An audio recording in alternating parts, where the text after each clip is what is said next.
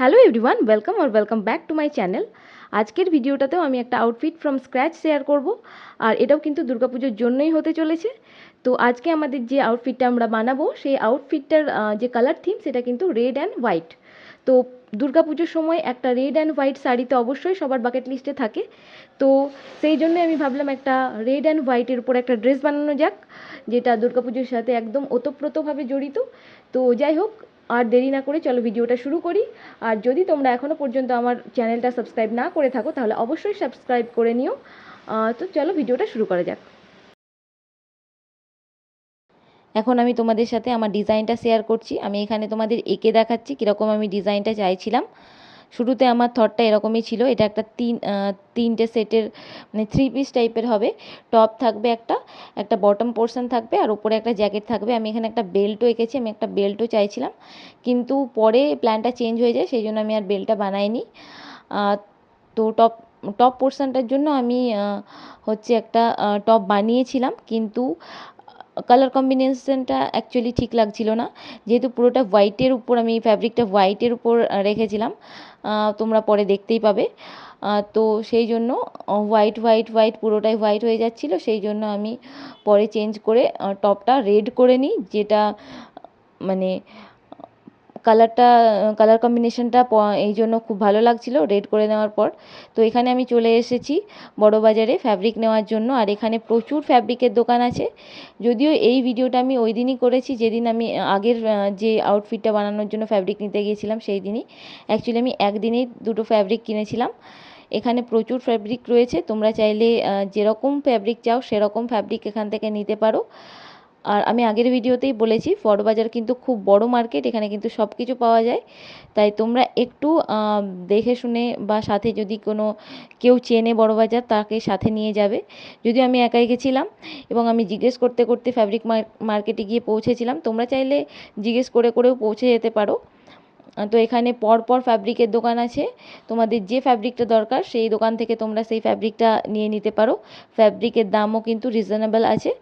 তো যাই হোক, এখান থেকে আমি নিয়ে নিয়েছিলাম আমার যে ফ্যাব্রিকটা আমি চাইছিলাম। হোয়াইটের উপর ছিল ফ্যাব্রিকটা, আর এটা কটন বেসের উপর ছিল। আর এই ফ্যাব্রিকটাও খুব সুন্দর, এটা হোয়াইটের উপর একটু বুটি বুটি করা আছে। তো যাই হোক, এই ফ্যাব্রিকটাও আমি নিয়েছিলাম, যেটা আমি পরে ভিডিওতে দেখাবো আমি এই ফ্যাব্রিকটা কিসের জন্য নিয়েছিলাম। আর এখন তোমরা দেখে নাও আমি যে ফ্যাব্রিকটা কিনেছি সেটা, এটা হচ্ছে আমার ফ্যাব্রিক। এখানে আমি 9 মিটার মতো নিয়েছিলাম, যদিও পুরোটা লাগেনি, আমার কাছে এখন এক্সট্রা অনেকটাই ফ্যাব্রিক রয়েছে। অন্য কোনো কাজে আমি অন্য কিছু বানানোর জন্য এটা ইউজ করব, পরে তোমাদের অন্য কোনো ভিডিওতে দেখাবো। তো এটা হচ্ছে আমার ফ্যাব্রিক, আর এটা হচ্ছে কটন বেসের উপর।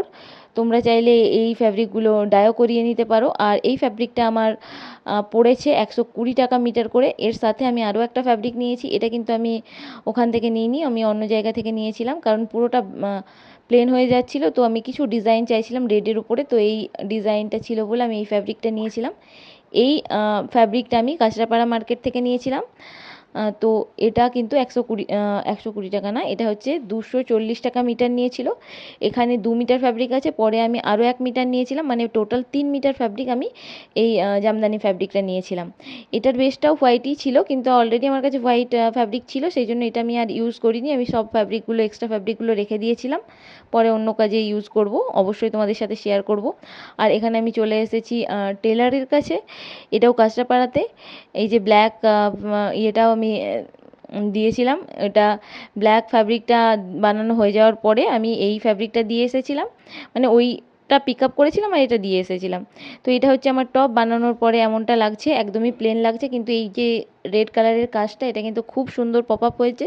তো পুরো বেসটা অ্যাকচুয়ালি হোয়াইট ছিল বলে আমি এটার উপর একটু ডিজাইন করতে চেয়েছিলাম। আমি এখানে রেডের উপর কিছু ফ্লাওয়ার্স অ্যাড করেছি, এমব্রয়ডারি করেছি, তোমরা এরপরে দেখতে পাবে। আর এই যে ওপরের যে জ্যাকেটটা, এখানে আমি রাউন্ড রাউন্ড করে নিচ্ছি, আর এই সাইজেরই আমি ফ্লাওয়ারগুলো এমব্রয়ডারি করব। তো প্রথমে আমি পেন্সিল দিয়ে হচ্ছে এখানে রাউন্ড রাউন্ড করে নিয়েছিলাম, যদিও তোমরা পেন্সিল ইউজ করো না, পেন্সিলের কালারটা উঠতে চায় না। আমি ওয়াশ করেছিলাম, তাও অল্প অল্প কালার রয়েছে। তো এই যে আমি এখানে এখন এমব্রয়ডারি করছি, এমব্রয়ডারি হুক নিয়ে নিয়েছি, আর ডলি সুতো ইউজ করেছি এখানে। এই কাজটা করতে কিন্তু অনেকটা সময় লেগেছে, প্রায় যদি কন্টিনিউয়াসলি কাজ কাজ করার পরেও মোটামুটি 3 থেকে 4 দিন আমার সময় লেগেছে। যাই হোক, এটা খুবই ইজি। আমি প্রথমবারই করেছি, প্রথমটা একটু খারাপ হয়েছিল। যাই হোক, আস্তে আস্তে হয়ে গেছে। তোমরা এক দুবার প্র্যাকটিস করলে অবশ্যই করে ফেলতে পারবে, বা তোমরা অন্য কোনো ডিজাইনও করতে পারো। অনেক সিম্পল ডিজাইনও রয়েছে, সেগুলো তোমরা করতে পারো। মাঝখানে আমি ইয়েলো সুতো দিয়ে মানে ফ্লাওয়ার্সের যে মাঝখানে জায়গাটা রয়েছে সেখানে আমি ইয়েলো থ্রেড ইউজ করেছিলাম। তো এখানে আমি আস্তে আস্তে ফ্লাওয়ারটা বানিয়ে নিচ্ছি। যে হোয়াইটের উপর রেডের কাজ করা যে জামদানি ফ্যাব্রিকটা আমি নিয়েছিলাম, ওই ফ্যাব্রিকটা আমি খালি বটম পোর্শনের নিচে ইউজ করেছি, আর আর যে জ্যাকেটটা রয়েছে সেটার হাতায় ইউজ করেছিলাম, আর কলারের কাজটা ইউজ করেছিলাম। তো এটা অ্যাকচুয়ালি কলারের কাজটা অ্যাকচুয়ালি আমি আলাদা করে করিয়েছি, কারণ যখন আমি ডিজাইন মানে বানাতে দিয়েছিলাম যখন ড্রেসটা, তখন ফ্যাব্রিকটা শেষ হয়ে গেছিলো। সেই জন্য আমি পরে আলাদা করে আবার ওই সেম ফ্যাব্রিকটা কিনে ওই কলারের পোর্শনটাই ইউজ করেছি। তোমরা দেখলে বুঝতে পারবে যে এটা আলাদা এই স্টিচ করার সময় ছিল না, পরে আলাদা করে লাগানো হয়েছে। আর এখানে আমি ফ্যাব্রিকের নিচে যে লাইনিংটা ইউজ করেছি সেটাও কিন্তু এই সেম ফ্যাব্রিক থেকেই করা। যেহেতু আমি অনেকটা ফ্যাব্রিক নিয়ে গেছিলাম, সেই জন্য আমি ফ্যাব্রিকের নিচেও এই সেম ফ্যাব্রিকটা ইউজ করেছিলাম।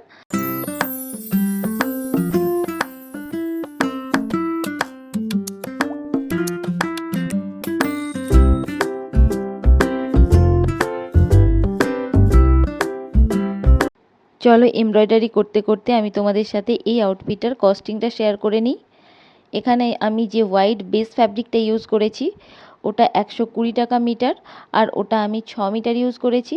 এখনও কিছুটা ফ্যাব্রিক আমার কাছে বেঁচে রয়েছে। আর যে রেড অ্যান্ড হোয়াইটের যে জামদানি ফ্যাব্রিকটা ইউজ করেছি সেটা 240 টাকা মিটার, ওটা আমি 3 মিটার ইউজ করেছি। জ্যাকেট আর যে বটম পোর্শনটা সেটা স্টিচ করতে 850 টাকা লেগেছে। টপ যেটা আমি ইউজ করিনি সেটা কিন্তু বানাতে 300 টাকা লেগেছিলো। ওটাও আমি যেহেতু বানিয়েছিলাম সেই জন্য আমি এখানে ইনক্লুড করলাম। আলাদা করে যে জ্যাকেটের কলারে ফ্যাব্রিকটা বসাতে সেটা কিন্তু 70 টাকা নিয়েছে। আর 100 টাকা যেটা লেস আমি এখানে ইউজ করেছিলাম ওটা আমি 100 রুপিস ধরেছি। লেসটা তোমরা পরে ফাইনাল লুকে দেখতে পাবে। আমি নিচে এবং কলারের সাইডে লেস ইউজ করেছিলাম।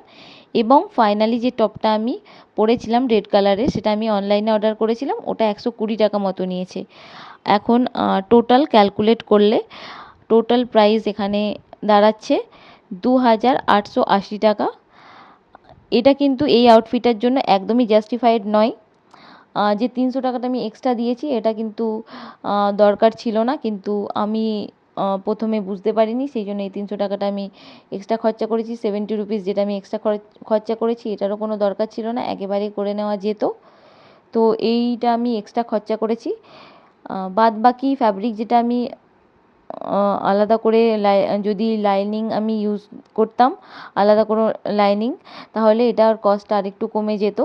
তো 2880 টাকাটা অনেকটাই বেশি, কিন্তু তাও আমার এত টাকা খরচা হয়েছে। তোমরা যদি আউটফিটটা রিক্রিয়েট করো তাহলে অবশ্যই তোমাদের এর থেকে কমে আউটফিটটা তোমরা রিক্রিয়েট করতে পারবে। তো এটাই হচ্ছে costing. Now it's time to see final result.